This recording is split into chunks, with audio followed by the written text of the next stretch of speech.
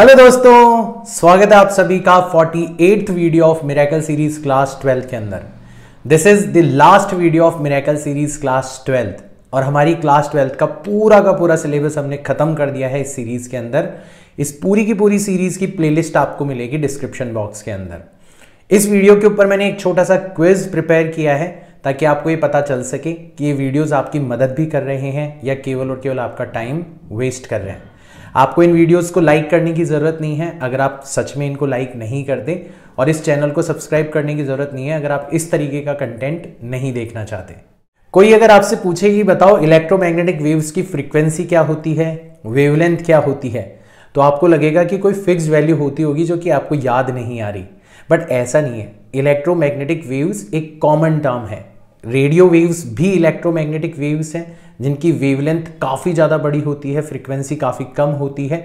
Gamma rays भी electromagnetic waves ही हैं जिनकी वेवलेंथ बहुत छोटी होती है, फ्रीक्वेंसी काफ़ी ज़्यादा हाई होती है।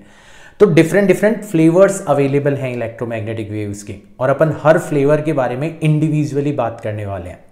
एक कॉमन रूल के तौर पर आप ध्यान रख सकते हो कि वेवलेंथ और फ्रीक्वेंसी एक दूसरे के इनवर्सली प्रोपोर्शनल होते हैं। मतलब अगर आप वेवलेंथ बढ़ाते चले जाओगे तो फ्रीक्वेंसी घटती चली जाएगी। तो हम अभी इन इलेक्ट्रोमैग्नेटिक वेव के फ्लेवर्स के बारे में बात करने वाले हैं in decreasing order of wavelength, और you can say increasing order of frequency. सबसे पहले आती हैं रेडियो वेव्स। तो इनकी वेवलेंथ मैंने पहले भी बताया है काफ़ी ज़्यादा बड़ी होती है। 0.1 मीटर या इससे ज़्यादा बड़ी वेवलेंथ वाली इलेक्ट्रोमैग्नेटिक वेव्स को रेडियो वेव्स की कैटेगरी में रखा जाता है। इनकी बहुत ही ज़्यादा वैरायटी ऑफ एप्लीकेशंस अवेलेबल हैं, जैसे पूरा का पूरा जो रेडियो कम्युनिकेशन सिस्टम है, जो टेलीविज़न कम्युनिकेशन सिस्टम है, या जो सेल्युलर टेक्नोलॉजी, मोबाइल फ़ोन वाली जो टेक्नोलॉजी है, ये सब कुछ किसके ऊपर बेस्ड है? रेडियो वेव्स के ऊपर बेस्ड है। फिर आती है माइक्रोवेव्स। माइक्रोवेव्स की वेवलेंथ 0.1 मीटर से कम, 1 मिलीमीटर से ज़्यादा होती है। तो इस रेंज में अगर वेवलेंथ होगी तो इलेक्ट्रोमैग्नेटिक वेव कहलाएगी अ माइक्रोवेव। इनकी बहुत सारी एप्लीकेशंस अवेलेबल हैं, जैसे पूरी की पूरी रडार कम्युनिकेशन टेक्नोलॉजी जो है वो माइक्रोवेव्स के ऊपर बेस्ड है। एयरक्राफ्ट नेविगेशन के अंदर भी माइक्रोवेव्स को यूज़ किया जाता है। स्पीड डिटेक्टर्स, इनके अंदर भी माइक्रोवेव्स को यूज़ किया जाता है। या फिर माइक्रोवेव ओवन का तो सबने नाम सुना होगा। आपको लगता है कि यार एक वेव के थ्रू किस तरीके से खाने को गर्म किया जा सकता है, तो यहाँ पर रेजोनेंस का प्रिंसिपल यूज किया जाता है। देखो, खाना जो है ना, उसके अंदर मैक्सिमम पार्ट जो है वो वाटर है, और वाटर के जो मॉलिक्यूल्स हैं उनकी नेचुरल फ्रीक्वेंसी जो होती है वो माइक्रोवेव्स की फ्रीक्वेंसी के ऑर्डर की होती है।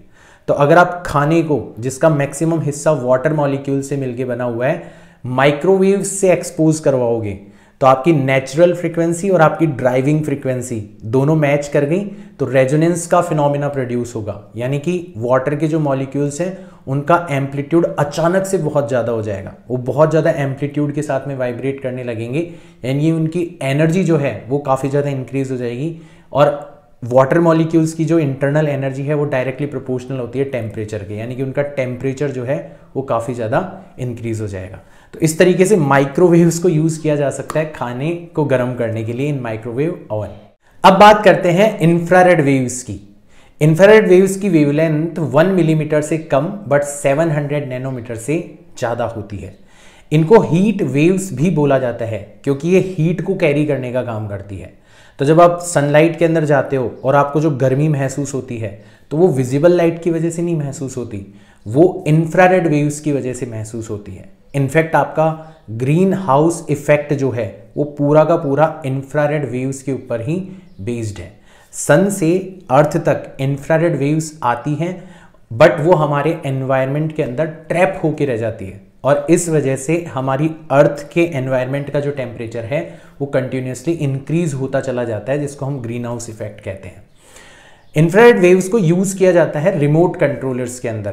तो आपने टीवी के रिमोट को यूज़ किया, टीवी के चैनल्स को चेंज करने के लिए, उसके अंदर जो एलईडी लगी रहती है उससे इंफ्रारेड वेव्स बाहर निकलती है। इसके अलावा इनको इंफ्रारेड लैंप्स के अंदर भी यूज़ किया जाता है, और भी बहुत सारी एप्लीकेशंस इनकी अवेलेबल है। फिर आता है नंबर विजिबल लाइट का। विजिबल लाइट की वेवलेंथ 700 नैनोमीटर से कम बट 400 नैनोमीटर से ज़्यादा होती है। सबसे ज़्यादा वेवलेंथ मतलब 700 नैनोमीटर रेड कलर की होती है, और सबसे कम वेवलेंथ यानी कि 400 नैनोमीटर ये वॉयलेट कलर बैंगनी कलर की वेवलेंथ होती है। तो पूरा का पूरा जो ऑर्डर है विबग्योर वो आपका इस विजिबल लाइट के अंदर आपको नजर आएगा। इसकी एप्लीकेशंस बताने की जरूरत नहीं है, आप सबको पता है विजिबल लाइट जो है वो कितनी ज़्यादा इंपॉर्टेंट है हम सभी के लिए। अब बात करते हैं यूवी रेज के बारे में, यानी कि अल्ट्रा वायलेट रेज के बारे में। इनकी वेवलेंथ 400 नैनोमीटर से कम बट 1 नैनोमीटर से ज़्यादा होती है। इनकी बहुत सारी एप्लीकेशंस अवेलेबल हैं, जैसे यूवी लैंप्स जो हैं वो यूवी रेज के ऊपर बेस्ड है। आपने आंखों से चश्मा हटवाने का ऑपरेशन कभी करवाया होगा या कभी सुना होगा कि किसी ने करवाया है, लेसिक ऑपरेशन बोला जाता है। It is also based on UV rays. इसके अलावा आपने वेल्डिंग करते हुए देखा है कभी किसी को, और जब दो मेटल्स को वेल्ड किया जाता है तो नीले कलर की, बहुत ही शार्प नीले कलर की फ्लेम आपको निकलती हुई दिखाई देती है, तो उसके साथ साथ यूवी रेज भी निकलती है।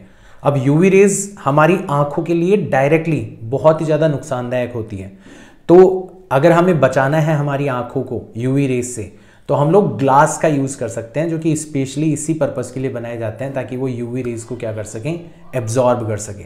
तभी आपने देखा होगा कि जो वेल्डिंग करने वाले लोग होते हैं वो एक ग्लास का मास्क, आजकल की तरह नहीं, कोरोना वॉरियर्स की तरह नहीं, वो नॉर्मली भी ग्लास का मास्क पहनते हैं ताकि उनकी आंखों को यूवी रेज की वजह से ज़्यादा नुकसान ना हो। फिर नंबर आता है एक्स रेज का। एक्स रेज की वेवलेंथ 1 नैनोमीटर से कम होती है बट 10⁻³ नैनोमीटर से ज़्यादा होती है। एज अ जनरल प्रिंसिपल आप ये ध्यान रख सकते हो कि जैसे जैसे वेवलेंथ डिक्रीज होती है, जैसे जैसे फ्रीक्वेंसी इंक्रीज होती है, वैसे वैसे वेव्स की पावर ऑफ पेनिट्रेशन इंक्रीज होती चली जाती है। तो जब एक्स रेज से आप अपनी बॉडी को एक्सपोज करवाओगे तो एक्स रेज आपकी स्किन को, आपकी मसल्स को, आपके टिश्यूज़ को आसानी से पेनिट्रेट कर जाएगी। उनका रिफ्लेक्शन होगा तो केवल और केवल कहाँ से होगा, आपकी बोन्स से होगा, क्योंकि बोन्स की डेंसिटी जो है वो मसल्स और टिश्यूज़ की डेंसिटी के कंपैरिजन में काफ़ी ज़्यादा होती है। तो जो शेडो बनेगी ना वो आपकी स्किन की, आपकी मसल्स की, आपके टिश्यूज़ की नहीं बनेगी, किसकी बनेगी, आपके स्केलेटन की बनेगी, और इसको अपन कहते हैं एक्स रे इमेजिंग। तो एक्स रेज ज़िंदगी में कभी ना कभी आपने करवाया ही होगा, कभी ना कभी तो आपके हाथ पांव टूटे होंगे, तो उसके अंदर मतलब मेडिकल फील्ड के अंदर एक्स रेज को काफ़ी ज़्यादा हैवीली यूज़ किया जाता है। एंड लास्ट हम बात करते हैं गामा रेज के बारे में। गामा रेज की जो वेवलेंथ है वो 10⁻³ नैनोमीटर से कम होती है। इनकी पावर ऑफ पेनिट्रेशन काफ़ी ज़्यादा होती है। नॉर्मली तो ये हमारी बॉडी के लिए बेहद नुकसानदायक होती है, और हमारी बॉडी से अगर लगातार इन वेव्स को एक्सपोज करवाया जाए तो कैंसर होने की संभावना रहती है। कैंसर प्रोड्यूस करने वाले जो सेल्स हैं उनको ये प्रोड्यूस करती है, जेनेटिक लेवल पर जाकर छेड़छाड़ करती है, जिससे कैंसर हो सकता है। लेकिन इनका जो यूज़ है वो आपने सुनी होगी ना कहावत, लोहा लोहे को काटता है, वैसे ही गामा रेज का जो यूज़ है वो भी कैंसर के ट्रीटमेंट के लिए ही किया जाता है। कैंसर के ट्रीटमेंट के अंदर आपने कीमोथेरेपी के बारे में सुना होगा, जिसमें सेलेक्टिवली उन सेल्स को डिस्ट्रॉय किया जाता है जो कि कैंसर प्रोड्यूस कर रही है, जो कि हमारी बॉडी के लिए हार्मफुल है। तो उनको डिस्ट्रॉय करने के लिए हम इन गामा रेज का यूज़ करते हैं। So this is the whole spectrum of electromagnetic waves.